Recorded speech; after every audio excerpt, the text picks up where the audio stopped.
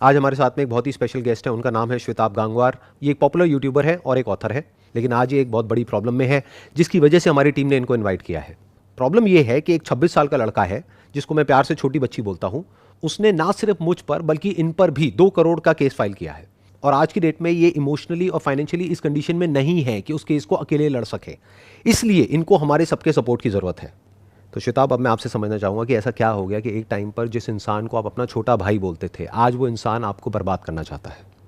भाई था, जो भी था, लाइक ये तो like that's how we started. Basically हमारा करियर जो भी स्टार्ट हुआ है वो ऐसे ही स्टार्ट हुआ है। आप उसको कैसे मिले थे, कैसे जानते हैं उसको? ओके, जब 500 आई थिंक इसके सब्सक्राइबर्स, अपेरेंटली भी मुझे भी पता चला कि इसके 500 सब्सक्राइबर्स थे कि जब मैंने रीच आउट किया तो he was making videos on me, he made a video on me. उसमें भी इसके रिएक्शन काफ़ी ब्रैश थे, काफ़ी एटीट्यूड था, जो भी था।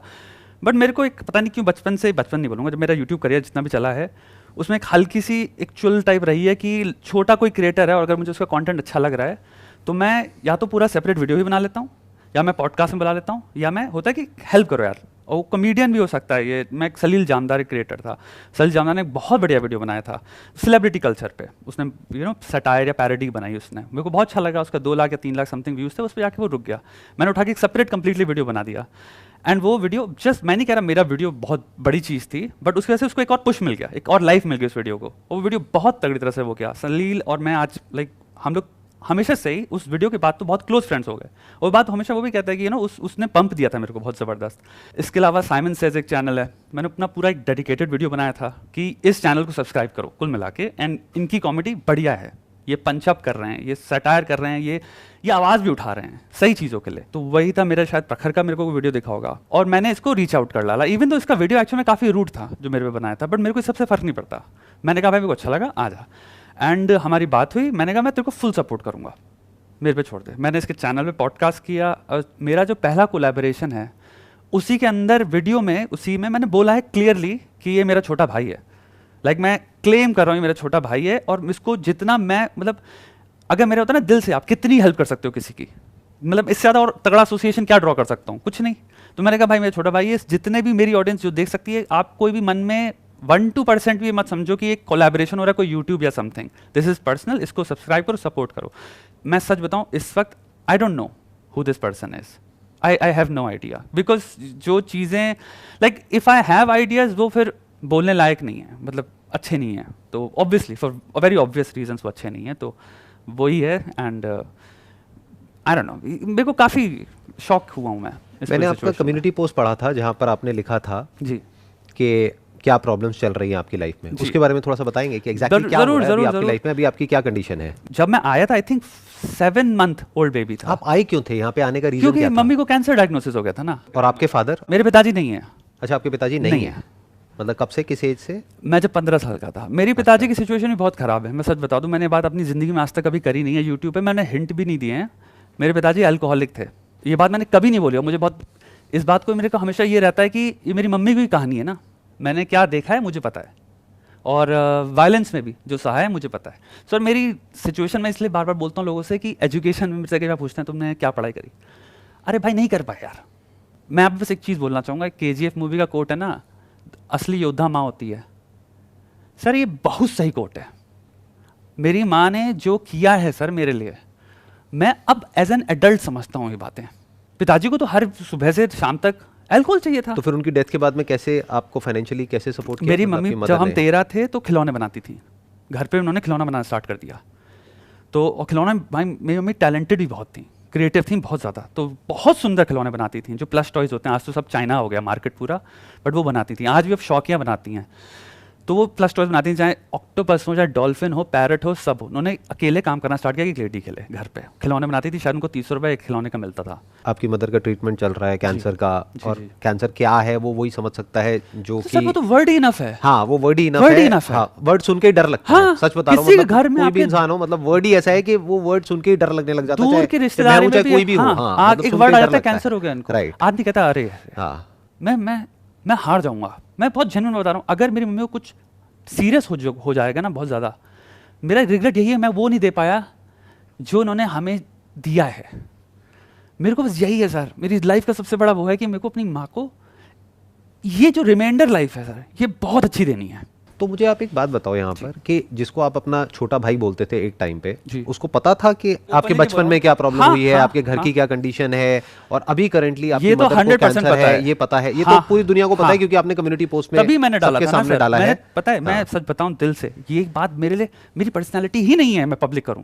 तो अब जब उन्होंने आपको कोई लीगल नोटिस नहीं भेजा है, सीधा ही केस कर दिया है 2 करोड़ का, तो अभी करंटली आपकी मेंटल स्टेट क्या है? मतलब अभी आप इस सिचुएशन को कैसे डील कर पा रहे हो? जो चीज वर्स्ट चीज हो सकती थी to go wrong, this is it. बाकी सब चीजें, सब कुछ मैनेजेबल होता है लाइफ में, इतने तो है ना कि मैनेज कर लें। देखिए पछड़ों में भी तो कैटेगरीज होती है ना, एक साइकोलॉजिकल पछड़ा होता है, वो होता है कंप्लीटली डिपेंडेंट करता है इंसान की पर्सनालिटी में रेजिलियंस कितना है। मेरे में बहुत हाई है, मैं साइकोलॉजिकली पछड़ा, मेरे को प्रॉब्लम नहीं होती। अगर लेजस से सेम, अगर मेरे को इंटरनेट में मैं एक्सपोज हो रहा होता और दुनिया हंस भी रही होती है, मैं एक इमेजिनरी सिनारियो बताता हूँ, मुझे 5 पैसे का फर्क नहीं पड़ेगा, मुझे नहीं पड़ेगा, मुझे क्योंकि दिखता है ये सब वहम है। ये चीज़ जो थी, यही एकमात्र चीज़ थी जो कि मैं इस वक्त मेरे लिए कंप्लीटली न्यू लेयर ऐड कर देता है of the existing responsibilities and duties in my life. Plus sir मेरे पास डेंट आया है, फाइनेंशियली आया है, लास्ट 3 मंथ्स में आ गया, क्योंकि मैंने सोचा नहीं था, प्लस मुझे नहीं पता था ये होने वाला है, वरना मैं कंप्लीटली डिफरेंटली प्लान करता चीज़ें फाइनेंशियली भी। अच्छा, उस इंसान को जिसने ये सब किया है आपके अगेंस्ट, उसका जी। नाम नहीं लेते जी। उसको अगर आपको कोई मैसेज देना हो, अभी अभी वो ये वीडियो देख रहा होगा आई एम श्योर, जी। तो आप क्या कहना चाहेंगे उसको? मतलब अभी आपके मन में एग्जैक्टली क्या चल रहा है? मैं एक बार दिल से बात बताऊं सर, मैं जब किसी इंसान को समझ नहीं सकता ना, या फिर उसकी मानसिक स्थिति को नहीं समझ सकता, सो लास्ट थिंग जो मेरे लिए बचती है एक्सटेंड करना, वो है एम्पैथी। क्योंकि देखो दोस्त, तुम कुछ भी हो सकते हो, लेकिन तुम एक बहुत अंदर कोर में इंसान ही हो। मैं एक बहुत छोटी सी बात कहूँगा सर, मैं लाइफ में जब भी, मेरा एक बहुत बड़ा मैसेज रहा है यूट्यूब पे, कि कभी भी किसी से बात हो जाए ना यूट्यूब पे, अगर कमेंट लिखने वाले हो तो 5 सेकंड के कमेंट लिखने से पहले सोचना कि इसके माँ बाप पढ़ रहे हैं। ये बहुत छोटी सी ट्रिक होती है जो ह्यूमनाइज कर देती है, कि तुम हो सकता है कुछ 4 बातें जो बोलने वाले थे उसमें वो शायद रुक जाओ, क्योंकि तुम्हें लगे ये एक बेटा है किसी का, ये किसी की बेटी है। तो सर मैं इस इंसान को अभी नहीं समझता, बट कहीं ना कहीं ये जूझ तो रहा होगा किसी न किसी परेशानी से, खुश तो नहीं बैठा होगा, ये तो मेरा दिल जानता है, क्योंकि मैं भी एक इंसान हूं सर। मेरा मैसेज नहीं आपको, मेरे को यहाँ पे मैं आप पे वो दे सकता हूँ कि like what do you think. अगर मैं अपने आप को आपकी जगह रख करके देखता हूँ, तो मैं तो सपने में भी नहीं सोच सकता कि what is it that you are going through, और कोई नहीं सोच सकता। और मैं सच बता रहा हूँ, ये सारी कंट्रोवर्सी शुरू आपके और मेरे से ही हुई थी, जहां से पूरी दुनिया को पता है कहां से हुई थी, और 2 दिन में खत्म भी हो गई थी। और क्या, और मैं ये कह रहा हूं, चलो एक बार को मान लेते हैं अगर हमारी कंट्रोवर्सी खत्म नहीं भी हुई है किसी वजह से, आप मेरे सबसे बड़े दुश्मन हो दुनिया के, लेकिन ये जो अभी आपने बताया है, जो भी आपके साथ में चल रहा है, जो भी आपका बैकग्राउंड है या जो भी कुछ है, उसके बाद में मेरे को नहीं लगता कि मैं या कोई भी इंसान जिसके अंदर थोड़ा सा भी कंपैशन है, थोड़ी सी भी इंसानियत है, वो आपके अगेंस्ट ऐसा कुछ करने की सोच भी सकता है। करना तो बहुत दूर की बात है। उसने जो भी किया, उसके बाद मैंने माफी मांग ली पब्लिक में, 1 बार मांगी, 2 बार मांगी, 1 बार प्राइवेटली भी मांगी। मेरे को बता दो आज तक पूरी दुनिया में यूट्यूब की हिस्ट्री में कोई ऐसा क्रिएटर हो जिसके 2 करोड़ से ज्यादा सब्सक्राइबर्स हो और उसने ओपनली पब्लिक में आकर के माफी मांगी हो किसी ऐसे क्रिएटर से जिसके के 1.5 लाख सब्सक्राइबर्स है? दिखा दो मेरे को, एक भी एग्जाम्पल दिखा दो। क्यों माफी मांगी? क्योंकि मेरे दिमाग में यही था कि यार 26 साल का है, मतलब इसके आगे पूरी इसकी लाइफ पड़ी है, क्या करना है, छोड़ो ना। मेरे पेरेंट्स ने भी मुझे यही बोला कि क्या करना है ये सब करके, छोड़ो छोड़ो छोड़ो। तो जब छोड़ने वाली बात आई, मैंने कहा ठीक है, माफी मांगने से कोई छोटा तो नहीं हो जाता है ना, तो माफी मांग लेते हैं। मैंने माफी मांगी, बात वहां पे खत्म हो जानी चाहिए थी कायदे से, लेकिन उसके बाद जो उसके ट्वीट्स हैं वो जाकर के पढ़ लो, उसको बोलते हैं डेफेमेशन। और सिर्फ इतना ही नहीं, हमारी लीगल टीम में एक जूनियर लॉयर हैं, उनसे एक टाइपिंग मिस्टेक हो गई, उसका भी उसने मजाक बना दिया। मुझे नहीं पता वो उस लॉयर का मजाक उड़ा रहा था या कोर्ट का मजाक उड़ा रहा था पब्लिकली। फिर जाकर के जो हमारी लीगल टीम है, उन्होंने कहा कि एक लीगल नोटिस भेजना तो बनता है। कोई केस फाइल नहीं किया भाई, ना आपके अगेंस्ट, ना उसके अगेंस्ट, ना किसी के भी अगेंस्ट। और ये आप भी जानते हो और मैं भी जानता हूं कि वो नोटिस भेजने से पहले भी मैंने आपको क्या ईमेल किया था पर्सनली, कि मैंने आपको पहले ही क्लियर किया था कि मुझे पता है आपकी क्या कंडीशन चल रही है, आप टेंशन मत लेना, बिल्कुल भी स्ट्रेस मत लेना, क्योंकि मुझे पता है, आपने बता दिया है पोस्ट में कि आपका ये कंडीशन चल रही है। तो इतनी इंसानियत है मेरे अंदर। उसको भी मैंने सिर्फ एक नोटिस भेजा, जिसके रिप्लाई में उसने बहुत लंबा चौड़ा नोटिस भेजा। उसके बाद में मेरी लीगल टीम ने पूछा, सर क्या करना है, नेक्स्ट स्टेप क्या है, सिविल केस करना है, क्रिमिनल करना है, 10 करोड़ का करना है, 20 करोड़ का करना है, क्या करना है? मैंने कहा कुछ नहीं करना है। तो ये जो बार बार एक्सक्यूज दे रहा है ना अपने प्लेटफॉर्म पे आकर के, कि ये जो मैंने किया वो श्वेताब की वजह से किया, श्वेताब ने मुझे बोला करने के लिए, भाई साहब अगर आप एक एक्चुअल में 4 साल की छोटी बच्ची हो ना, तो ये एक्सक्यूज बहुत बढ़िया है कि उसने मुझे कहा था थप्पड़ मारने के लिए मैडम, इसलिए मैंने उसको मार दिया। अरे भाई तुम एक 26 साल के आदमी हो। अगर श्वेताब कल को आ करके कहेगा कि चल यहां से छलांग लगा दे, चल जा करके उसको गोली मार दे, मार देगा क्या भाई तू?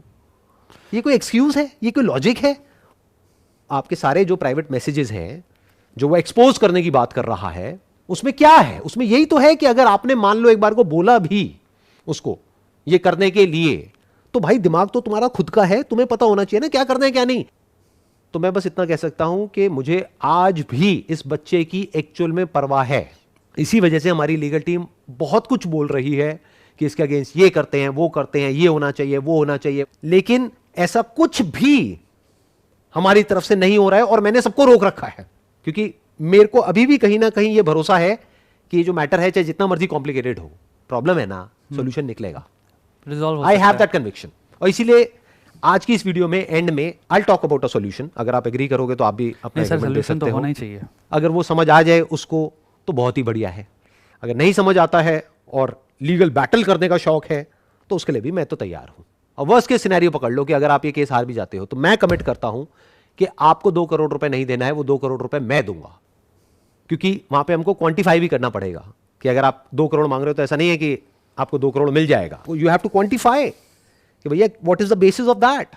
अगर मैं आज केस करता हूं तो आई कैन इजीली क्वांटिफाई कि भाई मैं अपने चैनल को मोनेटाइज करने वाला था और मेरे को ब्रांड डील मिलने वाली थी 50-50 लाख की, 20 ब्रांड डील नहीं मिली तो मेरे को 10 करोड़ का नुकसान हो गया।